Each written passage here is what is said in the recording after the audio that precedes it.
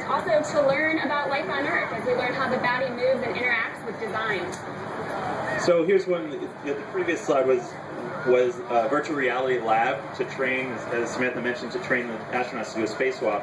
Well, that happens on the Earth before they go up in space to train them how to do their spacewalk. But when they're up there for 6 months at a time, they don't have that big virtual reality lab and those great helmets, and it wasn't quite important enough to send up a giant lab in order to just train them for one spacewalk. So we had a big problem because they were up there 6 months and then, oh, we got to train you to do the spacewalk we didn't really plan on you doing when you launched.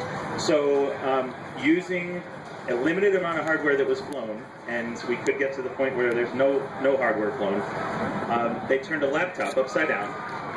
It's just floating up there anyway. It can be in any direction it wants to be. And the screen was mirror image. It was split up in a three-dimensional split screen. And you've seen that. You can put the YouTube option on if you wanted to see that kind of thing. And we would then train the crew on their translation paths and where the box was. We would have the 3D model and then highlight where it was, and they could move around it and just study it before they went out on a very time-critical spacewalk. So they do almost the same kind of training on orbit with an upside-down laptop and a black screen to block out the light. So these types of things are happening now. I would say, so as we do operations, we have to study things like this in a regular way. So there's some infrastructure we've set up.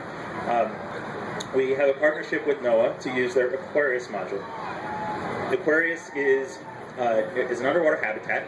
I spent some time in it. It was 43 feet below the ocean surface, and they would be saturated when they go down there. So saturated means you have all the nitrogen you need and more.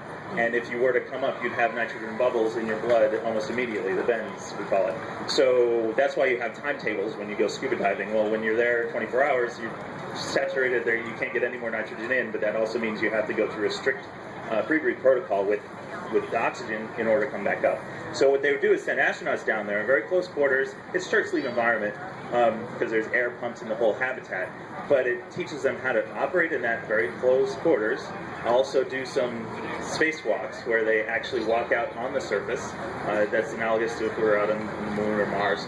And they do a lot of space operations the same way we would if we were on the moon or Mars. And so we study concepts, we study tools and techniques, and go to the next slide, I think it is. Okay. We also study tools that we're currently using in the labs here on ground. NASA's been doing a great job of taking advantage of media and opportunities to tell our story and show what we're doing, and to receive some feedback on how some of these tools, such as the power drill you see here, have application to life on Earth. And these labs are prevalent around NASA. It's a very distributed, 10 different centers.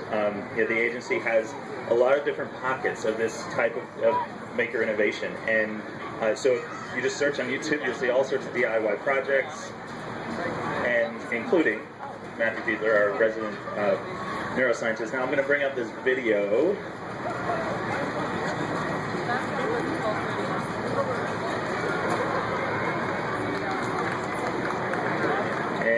So the Maker Camp. So Matthew brought us into, and you can see this entire video on the Backyard Brains. Yeah, Backyard Brains was there too. So it's NASA and Backyard Brains, and Backyard Brains is here today. So look for him, the guy with the cockroach with the electrodes and scary stuff. So this is Matt explaining. Place coming back into the Earth's gravity or leaving it, then that's a water tank. So Matthew has a background as a farmer. We will use a motion device like this. This is a motion-based years. Where we are exploring. So he took us into his lab. Two members come back, and they're going to. And we had questions from the audience, and so you see here how how the 3 degrees of freedom for this spacecraft actually driving across the surface of Mars as a person inside controlling it. So not a huge budget for that technology and not a huge program behind it to push it forward, but those are answers that need to be answered. How do you control a rover after you've just got to a gravity environment after this long trip of not having any inner ear stimulus at all? Or worse, how do you land the system coming back if you've been out of an environment with gravity for up to 9 months?